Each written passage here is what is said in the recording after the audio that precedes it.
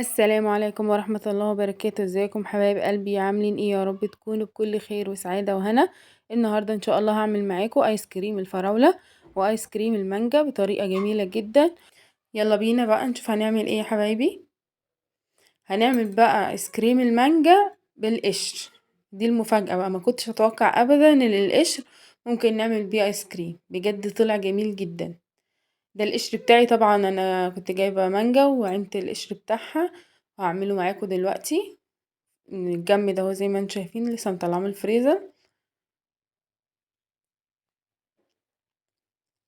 انا في الاول حبيت اعمله في الخلاط كده، بس بصراحة وقف معايا الخلاط. ما ينفعش يتضرب في الخلاط كده زي ما انتم شفتوا. هاجي بقى اضربه في الخلاط، حطيت كوباية مية كده علشان اضربه في الخلاط، ما ينفعش بصراحة، وقف معايا الخلاط. فجبت الكبة، قلت اضربه كده الاول في الكبة يعني، وبعد كده اعمله في الخلاط عادي كده يا حبايبي.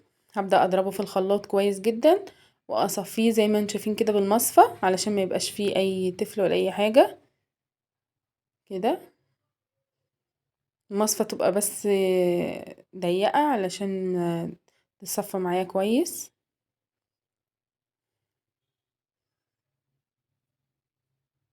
اللهم صل وسلم وبارك على سيدنا محمد.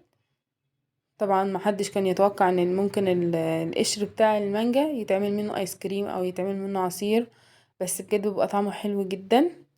جربوا كده يعني، في اي وقت تجيبوا مانجا وتاخدوا القشر واستفادوا بيه، بدل ما كلنا كنا بنرميه، لا هنستفاد بيه ونعمل بيه ايس كريم، نعمل بيه عصير. هنا معايا كيسين عصير فروتي بالمانجا، ونص كوباية كريم شانتيه، ونص كوباية سكر.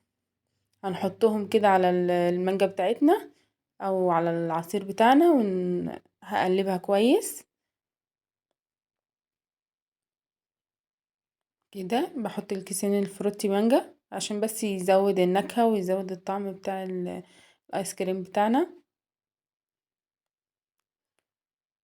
هبدأ بقى اقلب، هقلبهم كويس جدا وارجع اضربهم تاني في الخلاط علشان يندمجوا مع بعض كويس جدا. اللهم صل وسلم وبارك على سيدنا محمد. كده ببدأ اقلبهم زي ما انتم شايفين.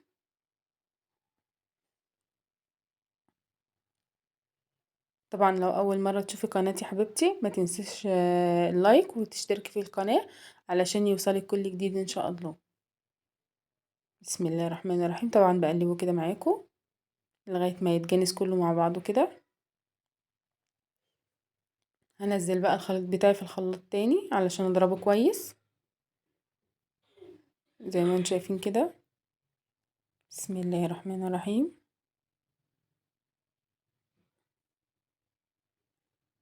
هوريكم دلوقتي وانا بضربه في الخلاط كده حبايبي. هبدأ اضربه بقى في الخلاط كده زي ما انتم شايفين عشان انعمه خالص، يبقى ناعم معايا كده لما اجي اعمله ايس كريم.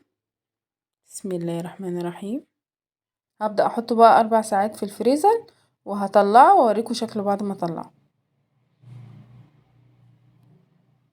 وهعمل معاكم دلوقتي بقى ايس كريم الفراولة.